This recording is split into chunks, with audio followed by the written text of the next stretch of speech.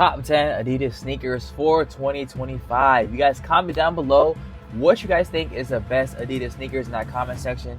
Let's go ahead and get straight into the video. Adidas has been cooking up some really interesting stuff recently. So today, and I ain't gonna lie, y'all, I'm really hyped. He's already saying off rip that Adidas has been cooking up in 2025. This video came out about 2 months ago. But with that being said, if you don't know already, one of my top videos on my channel is actually about the top 10 best Adidas sneakers. Now, I'm sure that you guys probably like the Adidas, so I decided to bring it back to the channel. So let's go ahead and see what they got going on. These are the top 10 Adidas sneakers for 2025. Coming in at number 10, probably a classic at this point, the Ultraboost 5. The Ultraboost is a classic in general. The 5 is the latest not the 5X. version. Now, ultimately, this was kind of I even forgot what the difference was between the 5X. Visually. It remained pretty similar to the previous. Oh, I have not seen that colorway. It was kind of a disappointing pair of shoes, at least visually. If I was to name that colorway, it would be like Galaxy.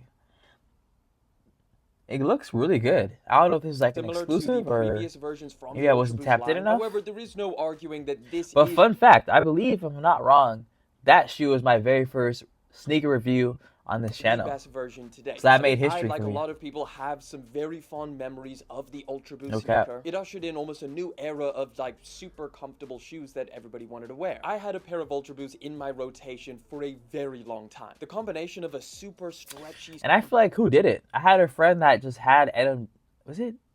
Oh, those are kind of different, right? The NMDs are different.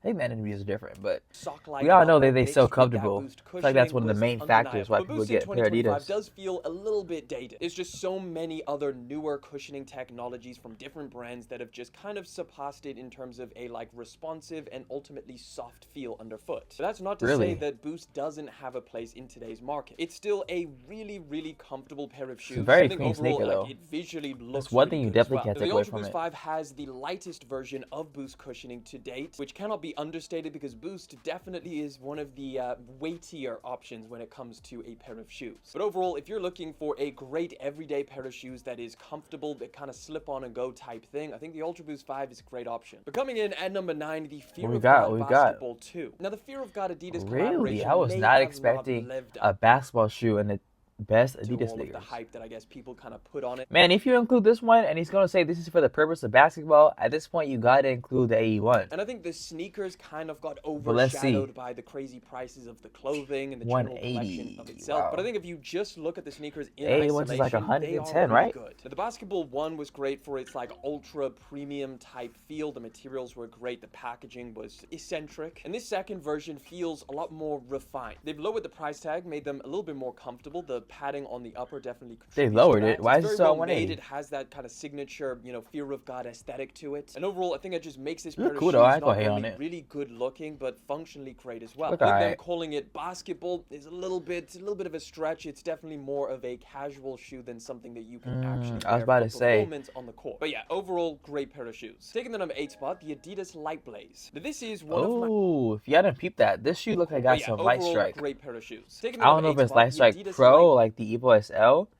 That light strike is fire. My favorite affordable shoes right now. Retail price is $100, and there is a ton of things to just really like about it. And one of the best things. Wait, how much did it say? Retail price is $100, and there is a ton of things to just really like about it. Steal? One of the best things by far has to be the light strike cushioning that Adidas put in the midsole. Now, unfortunately, not all light strike cushioning is created equal. So yeah, you're not going to be getting the same light strike that's in their premium running shoes, that ultra soft, squishy stuff. However, ultimately, it's still super soft and squishy underfoot. I just wish that they did give it another name because it does kind of feel like a little bit misleading to the consumer. Regardless, for the retail price that these things are, I think they're a great option. Like, they're super nice quality. They've got suede all over the upper. Base material is a nice breathable mesh. The shape of the shoe just makes them look good. And surprisingly, like, considering the price point, it actually is. I actually don't mess with this shoe that much in terms of looks. Buy from Adidas. There's a bunch of really cool looks colorways that you can get. My favorite has to be like the kind of taupey black and white one. And there's even a trail version of this shoe with the exact same cushioning. It just has more of like a trail exaggerated. Reminds me of like a pair of Asics. Kind of more aggressive. I don't know why. Coming in at number 7 is cutouts. the Adidas Addi Star cushion. Now, this, in my opinion, has to be this one always makes the list. Retro runner style. Man, if you watch Elliot Page, you always know this is gonna be on the top 10 of Adidas list. I feel like I've even seen it in just like a general most comfortable list. Like, for a retro runner, they feel decently premium. They've got a ton of padding around the ankle area, so that feels great. They've got great breathability, really nice paneling on the upper, so like all of like the different different overlays that you get just make them look cool. And of course, it's got a nice comfortable midsole to just make overall this pair of shoes a really strong competitor in the retro runner space. In the grand scheme of things, these will feel pretty similar to most of the other retro runner styles that you can find on the market. So think if you are shopping for a pair of shoes in this category, like visually, that's what you're kind of looking out for. There is a big benefit that you can find these on sale, and you can also get them in some pretty cool collaborations. Coming in at number 6, we got the Adidas Aruku. Now, this is probably one of the more interesting sneakers that Adidas has released recently. Visually, it's very different to anything else that's offered on the market. You got this giant stack of foam on the midsole that is rounded to be shaped like. It says swirl foam? I never heard of this one before. Now, they kind of went with this retro, futuristic style design where basically they took a lot of the elements from. I'm cringing. This what do y'all think about this fit with the jeans? This is making my heart hurt. I don't know if I can really see this being worn with jeans though. This shoe gives off like every day, but not with like dressing type of fits. It gotta be like a design where basically they took like a some lot errands of or like a walk, maybe a run. I don't know how it feels on foot. Put it on the upper, and then just decided to replace the midsole with what Adidas calls swirl foam. It's basically nitrous infused foam that is incredibly soft and then has like this swirly. That's at least 2-3 inches to your height. Super added. Squishy foam with the rocker shape. These things are amazing to walk around in. Now it does take a little bit of getting squishy. Now that I see the full fit, it actually it's kind of getting me to like it.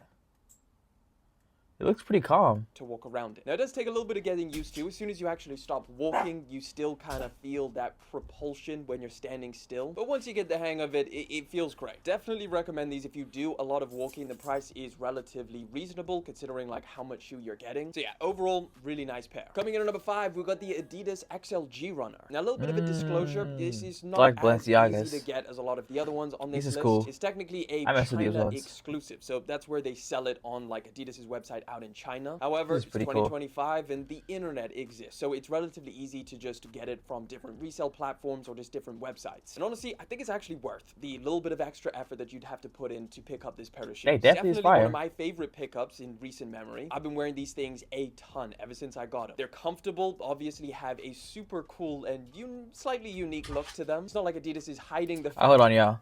I'll be right back. Hopefully I remember to edit this out.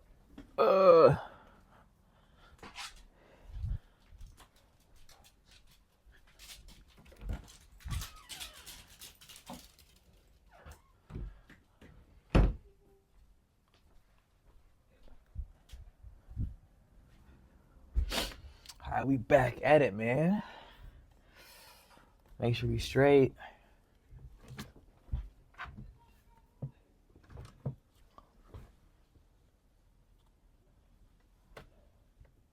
I think we good right here.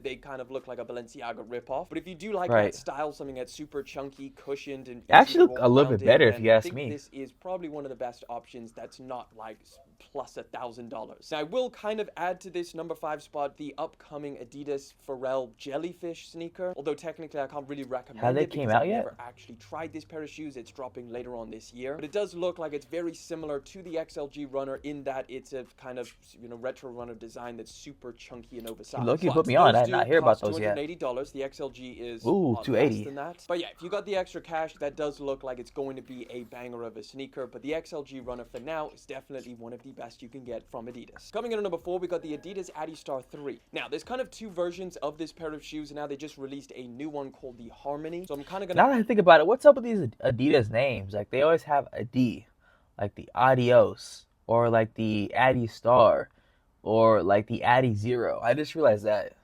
Place both of these shoes at the same spot. There is a price difference here. The Harmony is definitely more expensive. The actual Addi Star 3 is definitely more affordable. Nice, but essentially, you're getting same cushioning in both of these shoes, which is one of the highlights of this sneaker. It's incredibly soft, super comfortable. The retro style that's on the Harmony, which I gotta say does look pretty incredible, or just the more basic version, which is the regular. I'm definitely more basic. Either way, I gotta go basic. Insanely comfortable shoe, whichever one you choose. Right now, before we get into the top 3, I gotta hit you with some honorable mentions that I just think they gotta be included in here. First one is the Bad Bunny Adidas Gazelle, one of my favorite shoes to come out of the Bad Bunny collaboration. I think my absolute favorite has to be the Campus. But this one definitely falls in line with a lot of the trends in 2025. No, I mess with the Gazelles more than the lower profile shoes. The Campus. I just seen the Campus the other day too. Elevates that style a little bit more. Another honorable mention would be the Adidas Z Sponge, one of the weirdest Never heard and of this one wacky before. shoes that Adidas has released. But surprisingly, That midsole look weird as hell.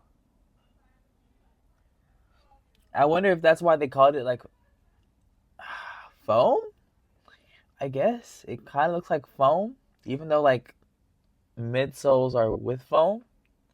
I don't really know. good. Like, it's comfortable, it feels good on foot, and I think it's unique Looks to the pretty point cool. where if you like it, you're gonna I love like it. And then the that last one is bottom the Adidas part. SL72. Now, I've mentioned plenty of times on the channel how like the Adidas Samba isn't really a shoe for me. It's just not very comfortable. You're literally getting a little tiny thin layer of rubber underneath your feet. The SL2 manages to capture that low profile look while also having I heard this shoe was on trend too earlier in this year. If I personally had to choose, just not around me. Gazelle, the Samba, I don't know because I'm not the other ones that outside that Adidas much. makes, I don't the really be SL2 would be at tapped the in on top of my social list. media, but Right, I getting always into see this these top often. 3, kicking us off at number 3, the Adidas Forum 2000. Now, this is, I guess, the latest A ripoff of the Campus 00. What y'all Forum, think? which is basically a retro Adidas basketball shoe that was insanely popular back in the day. Even Michael Jordan was wearing them. But obviously, this one is very different. It's hardly the same. Tell me y'all They that don't essentially like the just Campus made 00. the Forum model a lot more like the Campus 00. So it has Exactly. that puffy, chunky, almost retro skateboarder type look, but it has I hope it's not high. of the Forum model, which I do really like how that looks. Because So if it is, you definitely got to cuff those up. Or the Forum 2000s. Or There's like not too something much like in it slack. practically and functionally speaking. Both are $100 retail price, which I think is great. The Forum 2000 comes in a bunch of really cool colorways, and overall the materials are actually pretty premium. You've got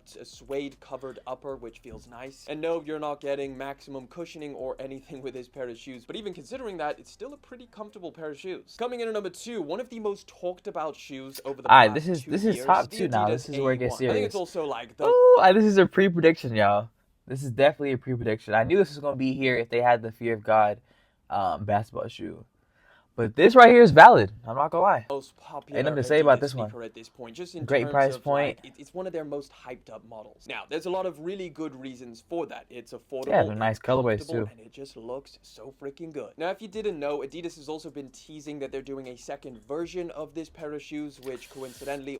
These do not look appealing. Adidas, please get back in that lab also got a lot and of, get I don't to know work. If I would call it hate, Those but is a lot not of it. people were a little bit taken back by the second version not being Yes. as good as the first one, at least visually speaking. So yeah, it definitely could turn out that the Like, Adidas look at this colorway. They have this one. They have like regular solid colorways. One is better. You really than can't the go wrong. AE2, and you just have to enjoy this version longer than you would have expected with like A grip look. Ooh, like look at this blue. It's like an aqua blue. I don't even know what that is. It looks fire though. The AE1 is just so good. I think it's going to remain like a really solid pair of shoes for a long time in the future. So whether you want like a really good performance basketball pair of shoes, something that you can wear every single day. I wonder how it compares to those that are more expensive. And also just look super cool in. I think this is a great option. But of course, coming in at number 1, absolutely one of my favorite. Hey, you know, this is kind of off topic, but I kind of want to bring it up. Y'all know how there are like running shoes that are like super shoes considered, some for like daily and like whatever other places they got. How come for basketball they only have some that are like, or I don't know if there's classifications for it. Like I know if you maybe buy an AE1, it's probably the same thing as buying like, what's an example of like a $200, like a Kobe. I wonder why that is. I feel like there's not like a tiered type of system like in running shoes where you got your super shoe, you got your tempo shoe every day. If y'all got what I'm trying to put down, let me know. Right now, the Adidas Evo That's just SL. interesting. Now, not only is this the top off rip, well, I mean, this is a list so far. I mean, what else would you put for Adidas top right now? Like the Evo SL is definitely one of them candidates. It's also the most comfortable shoe that you can buy. Got Lifestrike Pro coming from the Adidas Pro 4, I believe. Super soft and squishy. The design looks exactly the same. Nice rocker design. Unstable. They got the perfect amount of like responsiveness. And the only thing I don't like is the lifestyle like wearability. I definitely wouldn't wear it in a lifestyle. Definitely has to be an active environment. The entire shoe is just insanely lightweight to the point where like you put them on, you hardly feel like you're wearing anything. You got a relatively thin upper, which is super breathable as well. You've also got a decent amount of ankle cushioning, which is something that you don't always find on sneakers in this category. A lot of other like super comfortable shoes don't always prioritize the way that they look, but these ones did, and they look great. It's so good looking that it's like super easy to throw on with a bunch of different outfits and like actually pull it off. And another massive benefit is just how reasonably priced priced these things are. Like, if you actually look at the competition of other shoes that would be competing with these, they're a lot more expensive. So yeah, genuinely, I think this is the best pair of shoes that Adidas has on their website. So there you have it, guys. Let me know what you think about the list down in the comment section. Super dope list by Elliot Page, as usual. With that being said, you guys, I want you guys to let me know what your favorite pair of Adidas is for 2025 so far. I'm not the biggest Adidas fan out there. I wouldn't say I have a strong favorite, but I definitely like those. I think they're the XLGs. Those look really nice. I kind of, honestly, hot take, I just might pick those up over the Balenciagas if I had the choice between the two. But you guys let me know. And also, if you guys do want to see some more like top 10 lists just like this one, but some that I created myself, make sure to click the playlist right here, and you'll have a bunch of most comfortable lists, best sneakers lists, and all those things. I'll see you in that one.